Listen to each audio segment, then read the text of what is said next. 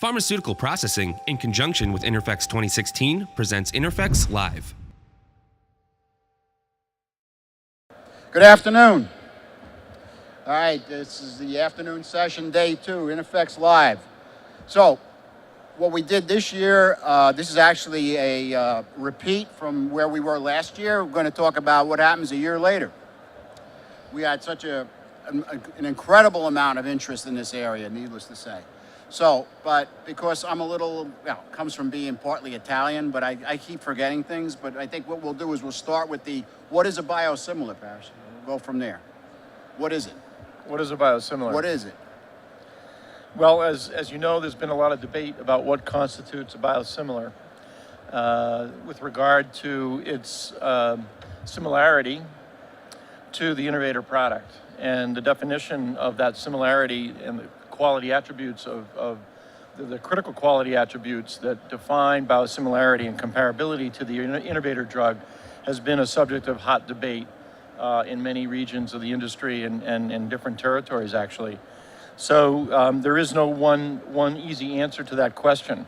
And as you know, biocomparability or comparability of a biosimilar to the innovator drug is proven at different levels, right? There's first the analytical level, and then there's potentially, if differences are seen, there's potentially in vivo evaluation of the comparability to the innovator product, and then ultimately there could be even human clinical validation to verify the comparability of the biosimilar to the innovator product. So there are levels of comparability, and within those levels, there are actually different definitions, fine points across different organizations and regulatory agencies. Okay, well, that sets the stage, right? So here we are a year later. So Manny, how much progress have we made here? I think we've made measurable progress with regards to biosimilars. We've certainly had approval of a monoclonal antibody in the US recently. That's measurable progress. We've had etanercept approved in Europe. That's measurable progress. So I believe it's not a massive quantum leap, but certainly we're making measured progress in this area. We also have a lot of innovative companies jumping into this fray of biosimilars. So all of those things point to us moving in the direction of getting more and more biosimilars into our pipeline and into customers' hands. I see. I was remiss, sorry.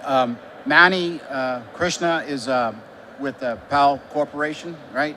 Paris Gallia is with GE Healthcare in Upstream, CTO of Upstream. That's my screw up entirely. Sorry, gentlemen. I forgot I should have done that first, but I really wanted to get moving on that. So let's get back to the topic at hand, and that is Paris, so obviously some progress has been made. What is difficult here? How difficult is it for somebody to say, this is what I want as a biosimilar? How big is that hurdle? Well, that's the $64,000 question. Folks that are getting into biosimilars who have been producing the innovator molecules, of course, are most informed about what's involved and what it takes.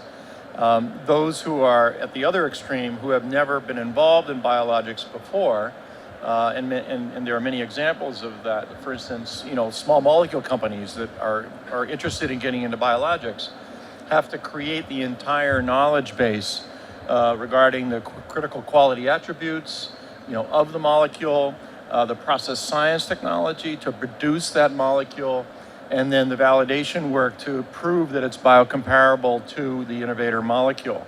So, and that's a lot of infrastructure and a lot of process science and analytical knowledge that the new company has to bring to bear on the project.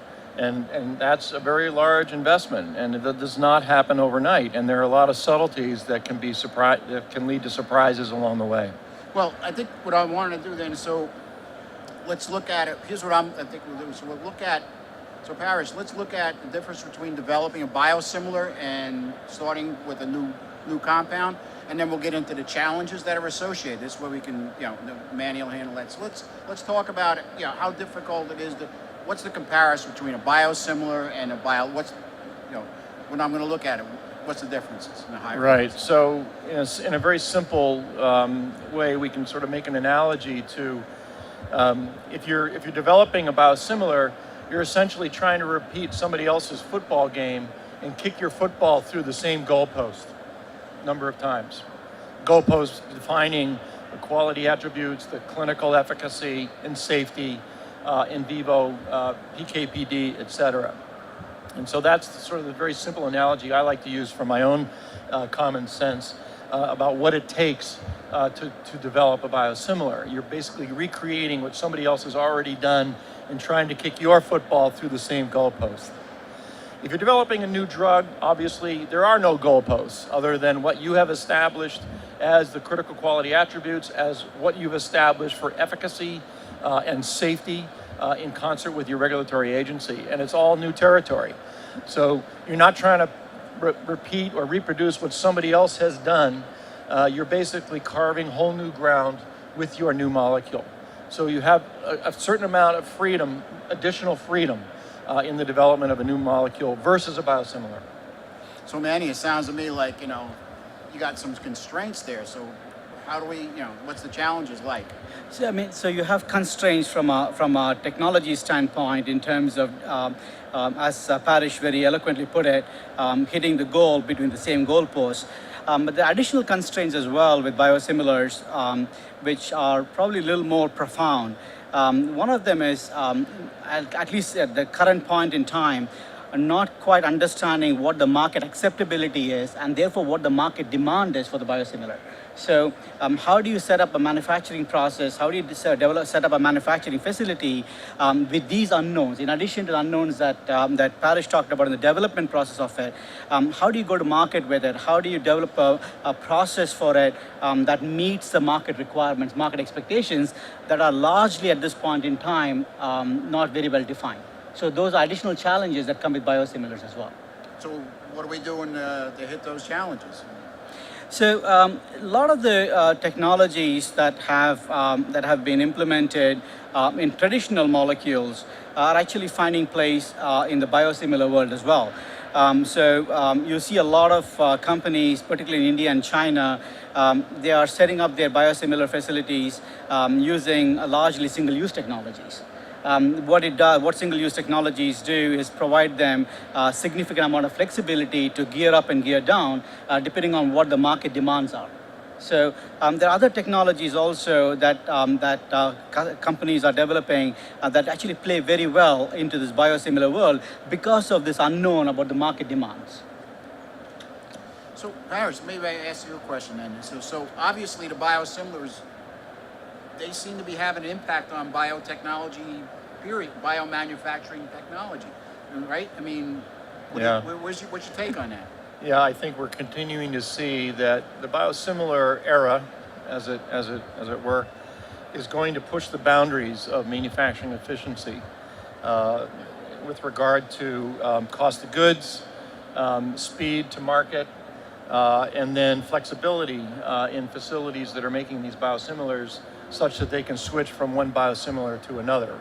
Because many of these facilities that we are building and others are building around the world are providing drugs or biosimilars to local territories whose quotas are not large enough to occupy a whole facility for an entire year. So as a result, in order to maximize the utilization of these facilities, they need to switch to other molecules throughout the year to minimize their overhead costs and amortize all of their fixed costs. We think that biosimilars are going to continue to drive optimization, efficiency, innovation in bioprocessing, and utilization efficiency improvements across the entire business. So Manny, that's how you see this? Absolutely. I mean, I think there's been talk in the industry about continuous processing. We've recently heard about the FDA approving Pfizer's process and Janssen's process for a continuous processing of a small molecule. However, we also see this moving into the biological world as well. We see continuous processing as addressing some of the things that Parish talked about, effective utilization of manufacturing capacity, giving the flexibility that the users need in order to flex up and flex down their manufacturing processes, and also remove waste from the manufacturing processes. Yep. So all of these things, reducing, increasing their return on invested capital, improving their flexibility, reducing the overall cost of goods, all these things come from looking at new ways of processing and not using the traditional manufacturing processes that have been tried over the last 20, 30 years. Right, and I think between small molecules and biologics, you got to remember when we talk about continuous process, that's really for you guys the fill finish part, because basically we're granulating, densifying, compacting, and coating. Yep. That's pretty much what Janssen's Yep. continuous process is. Yep. Presently, we don't even reach that far back other than Yep. maybe milling or screening a drug substance. Having said that, I think you guys got some unique problems. So, so what skills are you looking for there, Passion? Obviously with the biosimilars, and what skill sets do you put in place over at GE? Number one has to be analytical characterization capability. And it can't just be the release assays that you would do to release your bulk drug or your drug product. We're talking about characterization of the molecule at the microheterogeneity level, whether it be glycosylation, a secondary structure, tertiary structure, quaternary structure, and then obviously in vivo characterization for PK/PD in animals, if necessary. So analytical capability is clearly number one. Number two would be the ability to develop a process that produces the molecule that, again, lands between the goalposts established by the innovator company for that particular drug. And doing that potentially with new technologies, be they single use or continuous manufacturing that are running more efficiently, and maybe not even with the same cell type or cell line, and still hitting the goalpost for all the quality attributes that are critical for clinical efficacy and critical and relevant to clinical efficacy and clinical safety. Which brings up a whole nother point, which is the ability to distinguish between what differences in the molecule are important clinically or not, and safety or not. Those are the ones that matter. So the ability for medically to distinguish those factors is another critical skill needed in these companies. So obviously it's a team. So what else? So you must a significant look at clinicians and analytical experts, process experts, medical experts, obviously operational experts for operational efficiency, process technologists for new automation, new innovation in manufacturing, low-cost manufacturing, et cetera. Okay, so Manny, let me ask you one here. If I got to hit it through the goalpost, obviously I got to be playing with the same shaped ball on the same field. So how critical is it that I'm using the same process for a biosimilar as an innovator, or do I start? We got this constraint, but are we constrained all the way through? What's your take on that? I don't think the regulators are insisting that the same process be used. In fact, for some of the simpler biological molecules, the regulators are even going as far as saying if you can show analytical comparability, that's actually sufficient. You don't even need to show clinical comparability. Right? For molecules such as monoclonal antibodies, that may not necessarily work out because you have an immunogenic response.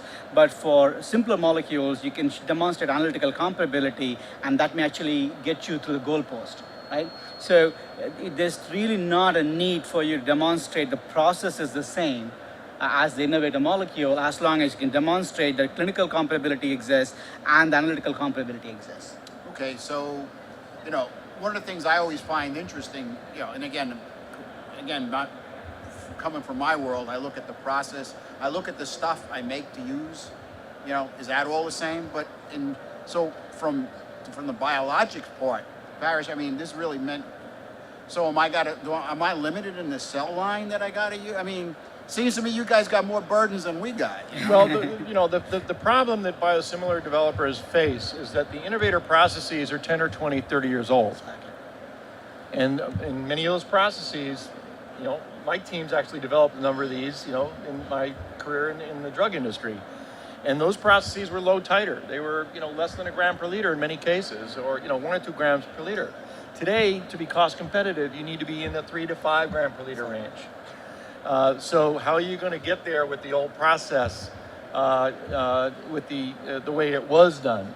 And this is the conundrum that many folks are facing. They're faced with the pressure to reduce cost of goods, to reduce pricing, to increase productivity, et cetera, in the face of changing the process from what it used to be, because those old processes are not as productive and cost competitive today. So that's the rub.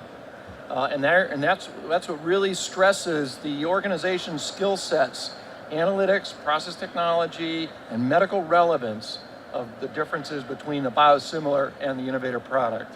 So the per liter aspect, I mean, we had a couple of speakers in that talked about intensification. I mean, this is the hot topic now. Mm-hmm. Maybe we want to talk about that just a little more, Manny. Where do you see, I mean, if I'm trying to make something the same, words like intensification from my world makes my blood run cold. So where are we at with that? I think, like Parrish talked about, you have the pressures of trying to reduce your cost of goods. And you can't do that while maintaining the same process. So you do have to, you're forced to, in a way, innovate to make sure that you can make the molecule that can hit the goalpost while hitting your cost targets as well. So I think, to me, when I talk to a lot of the companies involved in the biosimilar exercise, they're less concerned about mimicking the process. They're more concerned about meeting the goal, getting the ball through the goalpost. So that's what their concern is, not necessarily keeping the process exactly the same. So I think we are kind of mature from that standpoint. Okay, so if I could just add to that, yeah, please. There's another distinction to be made here, and that is the difference between biosimilarity and interchangeability, which is a higher level. Interchangeability is a higher level of comparability to the innovative molecule. So the additional skill set is, again, distinguishing for the pharmacist who's prescribing, who's dosing the patient, and the physician who's picking between the innovator molecule and the biosimilar, whether or not that molecule, the new biosimilar, is in fact simply interchangeable with the innovator product, or whether or not it's not interchangeable, it's a biosimilar, and therefore may not be as efficacious and as safe and as desirable for the patient. In the latter case, that would mean that the marketing capability would be another critical skill set of a biosimilar company. If your biosimilar does not achieve interchangeability with the innovator molecule, then you're going to have to sell the physician and the pharmacist on the benefits of your drug over the innovator drug, because it is not interchangeable. So the holy grail here is to achieve interchangeability such that it is essentially blind to the patient. Doesn't matter. The pharmacist can switch from one to the other, and there's no debate about the value of one to the other. Yeah, like for sure. Like for like. So interchangeability. Interchangeable. Yeah. So the hard sell is, well, mine's almost. Or, yeah, you could if you up mine by 1.5 times. I mean, what are we talking about? You got a higher dose. I mean, stuff that, all red flags, right? Well, there are so many biosimilars, I wouldn't want to comment on anything specifically. I'm not trying to put you on the spot, right? But, I think that it's again, coming back to the goalposts. So, and this is where it gets expensive. You got to go and find enough lots of the innovative molecule and analyze enough of those lots to establish how wide those goalposts are for as many of those lots as you can get. And obviously, the more lots that you can analyze, the wider those posts become, and the easier it is for you to kick your ball through those goalposts for each one of those attributes. And there are many quality attributes. Each one of them has their goalposts, and they're all different widths. So, this is the challenge. And every molecule is different. The CQAs, critical quality attributes, are different for all the different molecules. There are simpler ones like filgrastim, GCSF, and there are very complicated ones, highly glycosylated, like EPO, where the glycosylation is critical. And ADCC activity mediated monoclonals, also glycosylation, very complicated and critical to efficacy and clearance rates and PK/PD. So there's a huge range of complexity across these issues depending on the molecule of choice. So Okay, go ahead, Manny. you I wanna mean, I jump think in? the challenges also exist in small molecule world, right? I mean, if you look at sustained release or extended release formulations, they have the same kind of challenges in terms of demonstrating equivalence of a generic drug to the innovator drug. So, I mean, to me, these are challenges that exist but can be overcome. So that's a good point. A formulation is another way to differentiate. Yeah. So some drugs maybe should be sub-Q instead of IV.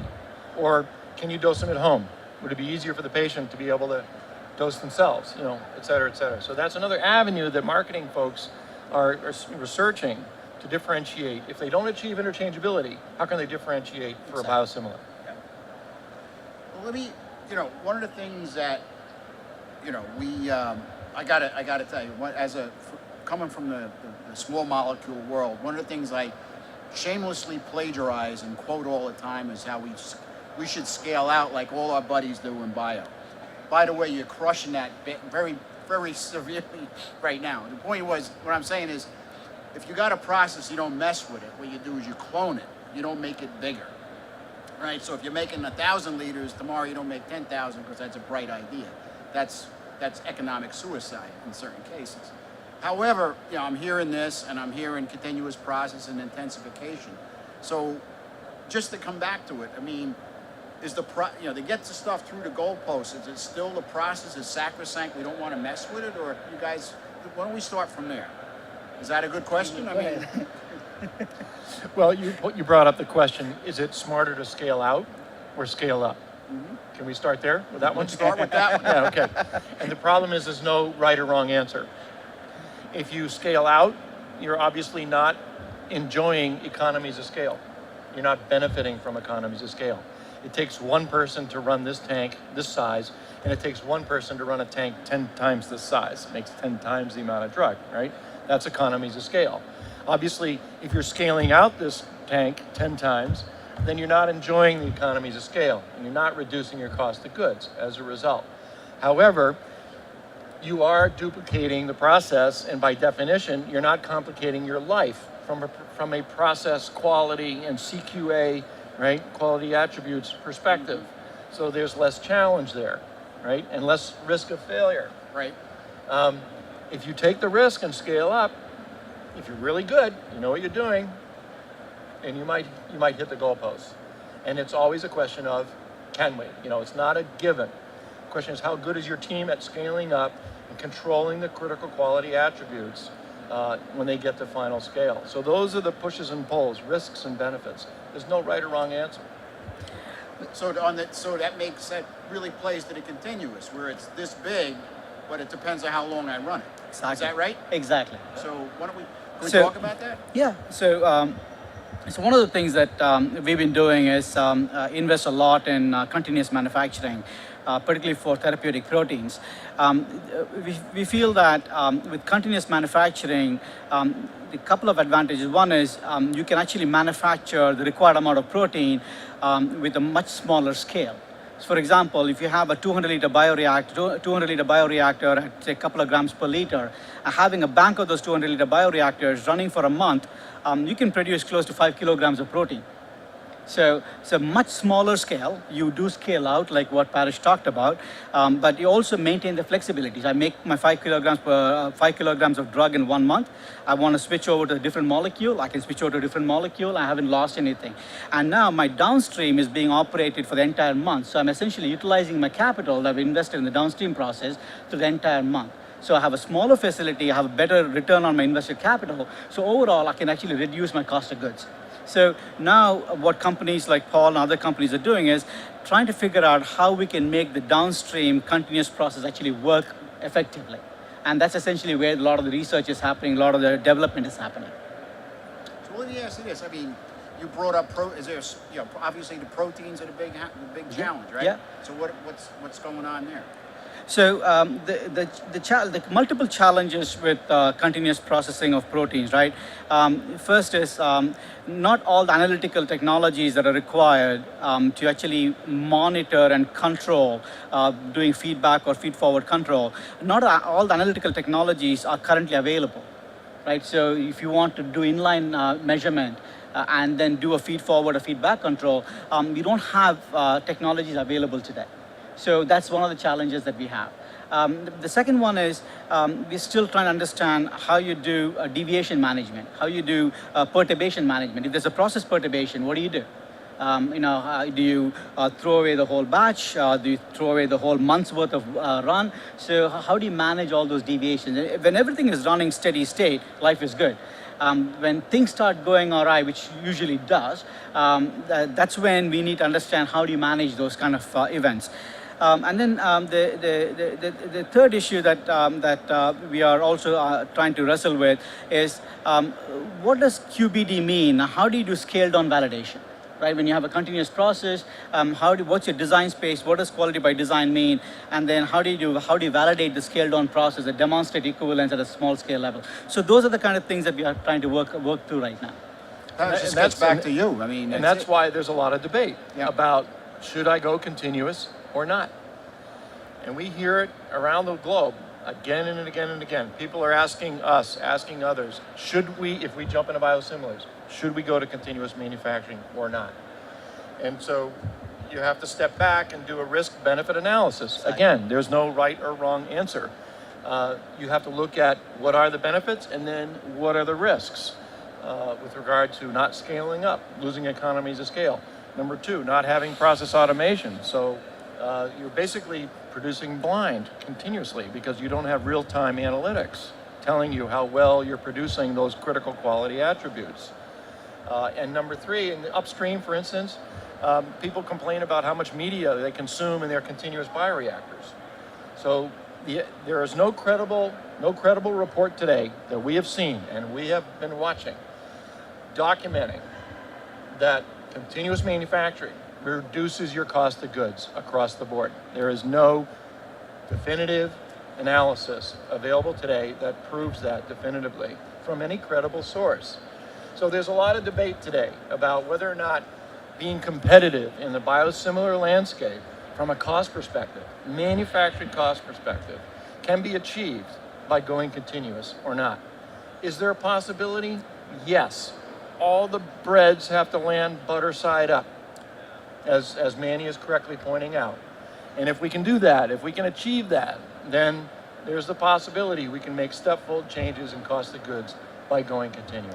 But I think the way we see this transitioning is a stepwise manner. We don't expect a continuous process all the way through, but we see islands of continuity. So you basically take a few unit operations and make those continuous, and then take a few other unit operations, make those continuous, but have some kind of a break in between so that you are giving yourself some time for some kind of deviation management or some kind of process feedback. So we see this not going all the way from the current batch process to a fully continuous process, but in a staged manner. So there is a lot of interest in looking at islands of continuity rather than a fully continuous process. Well, what I like is when you allude to QBD, I mean, the bottom line is, and what we've always seen, is a firm's inability to leverage their institutional knowledge. We're talking about an innovator, for example.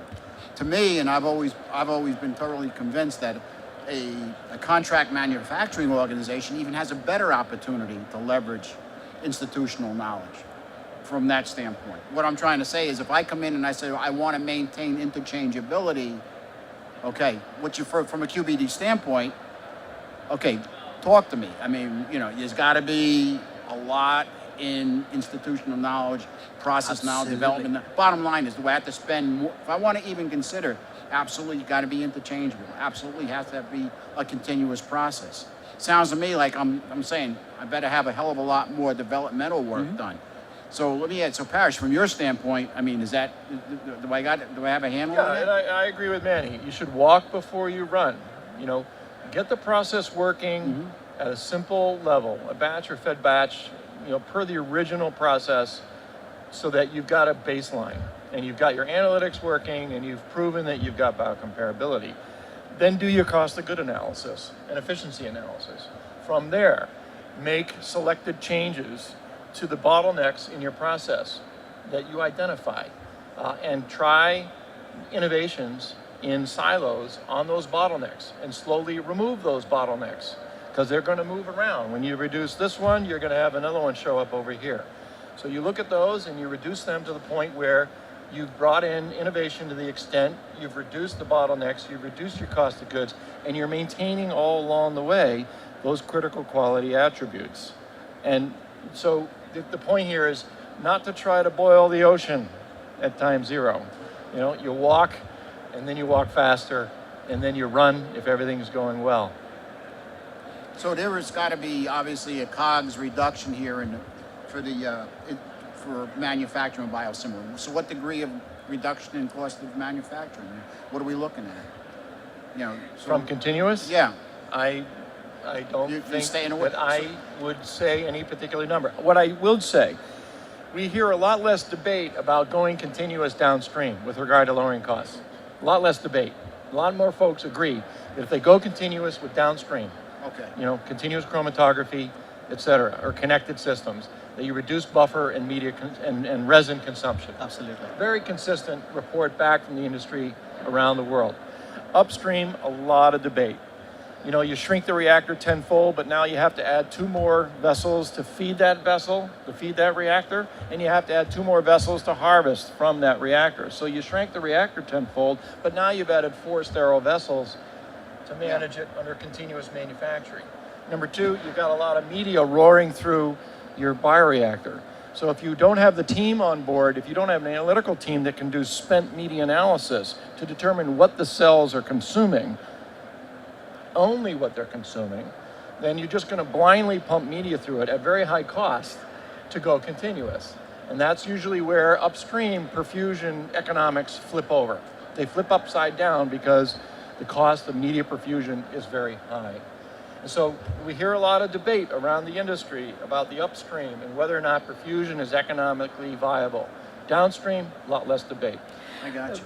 But I think, to me, there is a step between a fed batch reactor and a perfusion reactor is basically running multiple fed batches so that you're feeding the downstream constantly. So it doesn't have to be one or the other. You can basically have multiple smaller fed batch bioreactors constantly feeding the downstream portion, right? So there are different ways to skin this cat, and to me, I don't think necessarily you need to go directly to a perfusion process. Yeah, I love talking about the process aspect, but I got to tell you, one of the things that we spent, it's not only does it really, what does it bring to the table, but believe it or not, one of the big, on the small molecule side, one of the problems was the regulatory dimension. So, you know, FDA has been, I won't say silent, but the bottom line is they kind of leave a rather wide door open on what we define as continuous. So what's the regulatory environment for I don't mean to keep harping on continuous, but you know, we're talking a year later, but anyway, where are we at with that? I mean, what's the regulatory sense of continuous? At least, I mean, from my standpoint, we feel that the regulators are actually leading the way in this space. They're in fact encouraged, at least the US FDA has been very vocal about this. They believe that moving to a continuous process will actually help them in getting consistency of quality. And so they've been pushing very hard on the industry to adopt continuous technologies, albeit right now for small molecules, but even for biologics, they certainly are encouraging companies like us to come and talk to them, to help to educate them on the technologies that we have. We've done that already. And so they want to understand what new technologies are available and what these technologies can do in the area of bioprocessing from a continuous manufacturing perspective. They also understand it's not going to be a jump directly from batch to continuous. They understand that it's going to take place in phases, but they want to get ahead of it, and they want to help companies, whether biosimilar manufacturers or innovative drug manufacturers, to work with them to go down this path. So they've set up this emerging technologies team, the ETT, and the ETT has been very, very vocal about this. They actually want the sponsors to come in and start having conversations with them early on so they can work together to get the molecule approved. So they've been very, very open about it. Well, you know, we're talking about biosimilars, and I just realized, I was just checking the time. What I want to get to, and I kind of slipped my mind, on the biosimilars. So the answer is, here we are a year later, there's been a lot of activity. So what's the regulatory landscape, Harsh? I mean, we got global launches, I mean, is there any difference between here, Asia? It's moving. Has it changed? Or? It's moving. It's getting better, right? We have two We have 2 molecules approved by the FDA in the last year, and one is the more complex monoclonal antibody. More recently, Rinsima from Celltrion. So that's all good news, and that is obviously opening the door and providing clarity for companies around the world to approach the FDA, because there is a precedent for licensure of biosimilars in the U.S. by the FDA, and also obviously Europe is way ahead. On the continuous front, just to comment, Yeah. There are 15 to 20 drugs on the market today produced continuously upstream, licensed by the FDA and EMA. Factor 8, it's a good example. Produced continuously. So continuous manufacturing has been around a long time, and the regulatory envelope around that has been established for commercial drugs for a long time. So that's not new space. The question here is whether or not it's appropriate for biosimilars in being cost competitive and productive in this new landscape. So there's a couple of questions I wanted to get back to ask again, and that is, so obviously in an environment, again, where science and commerce meet, this is what we're talking about here. I mean, what advice, there's got to be some companies out there, what advice do you say, guys thinking about going into biosimilars, what advice do you give them? Don't.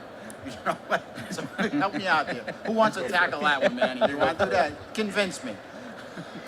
I think it's an exciting space to be in. I think there is a lot of unmet demand, not just in the US, but around the world.